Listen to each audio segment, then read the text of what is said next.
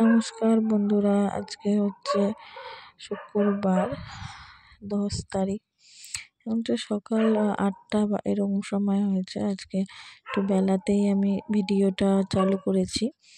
তো দেখো ছোট ছোট লঙ্কা চারাগুলো হয়েছে, এখানে কুমড়ো চারা পুঁতেছি, সবগুলো হয়েছে। এগুলো তোমাদের ফার্স্ট আমি এগুলো একটু দেখাচ্ছি। এখানে গন্ধরাজ লেবুর গাছটাতে অনেক দিন পর ফুল এলো।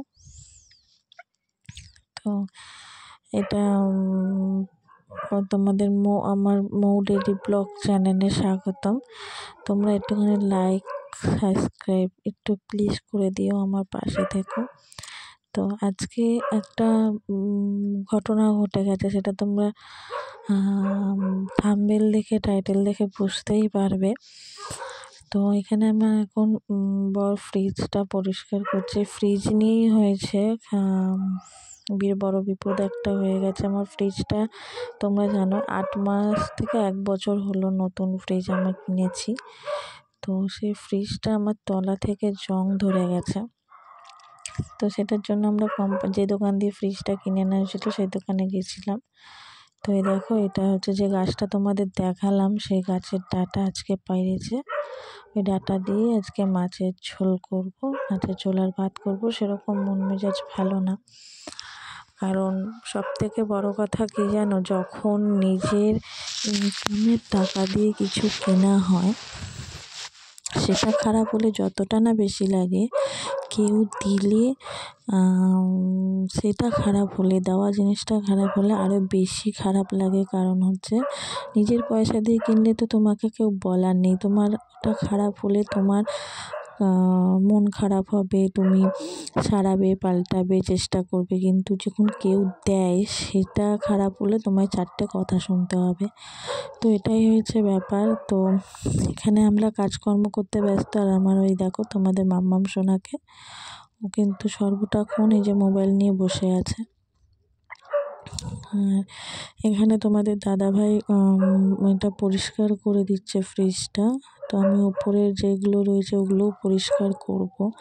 তো আমি সেরকমভাবে ভিডিও দিতে পারি না, তবুও দেওয়ার চেষ্টা করি। তোমরা একটু আমার সাপোর্টে থেকো, প্লিজ পাশে থেকো।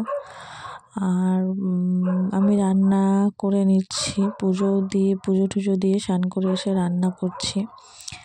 তো আমি তোমাদের বললামই যে আজকে সেরকম আমাদের মন মেজাজগুলো কারোরই ভালো নেই। তো তারপরেও দোকানে গেছিলাম আমরা, যে শোরুম থেকে ফ্রিজটা কিনেছিলাম সেই শোরুমে গেছিলাম। তো শোরুমে বললো যে এটা নাকি ওনাদের কোনো দায়িত্ববোধের মধ্যে পড়ে না, মানে ওদের কোনো ওয়ারেন্টির মধ্যে এটা পড়ে না।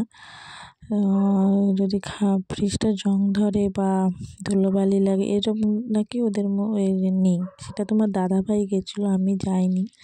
তো আমি পরশুদিন যাবো, গিয়ে কথা বলবো। তো ফ্রিজটা পরিষ্কার করার পর উপরে ওগুলো পরিষ্কার করা হয়নি, ওগুলো বিকালে পরিষ্কার করব। আর রান্না বান্না করে খাওয়া দাওয়া করে আমি একবার দুপুরবেলা যাব, গিয়ে শোরুমে কথা বলবো। তো ভীষণই মনটা খারাপ, আমি জানি না কি হবে। তো তোমরা একটু কমেন্ট করে জানিও যে তোমাদেরও কারোর সাথে এই প্রবলেমটা হয়েছিল কি না।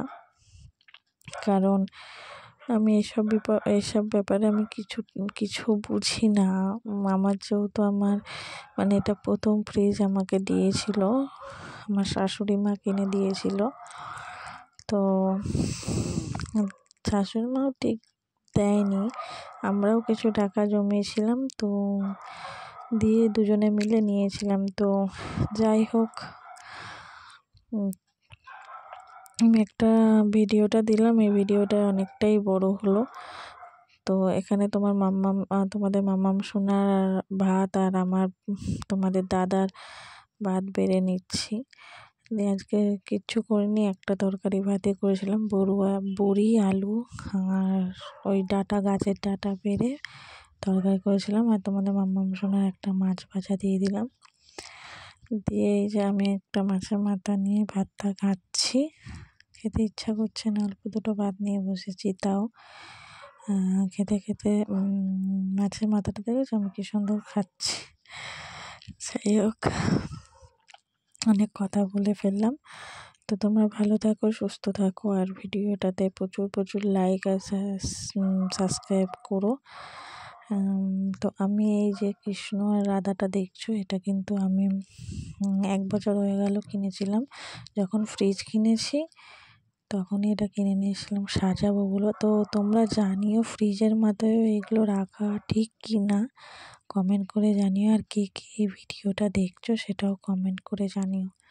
আর তোমরা প্রে করো যাতে আমার এই ফ্রিজটা ওরা পাল্টে দেয় বা ফ্রিজটা যাতে ঠিক হয়ে যায়, কারণ অনেক টাকা দাম নিয়েছে। তো চলো, বাই। তোমরা দেখতে থাকো ভিডিওটা, আর একটা লাইক আর সাবস্ক্রাইব করে দিও। আর হ্যাঁ, কেমন হয়েছে সাজানোটা আমাকে বলো, জানিও।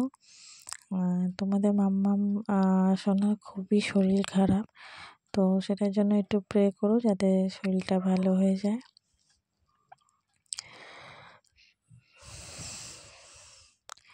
তোমরা ভিডিওটা দেখো আর লাইক করো।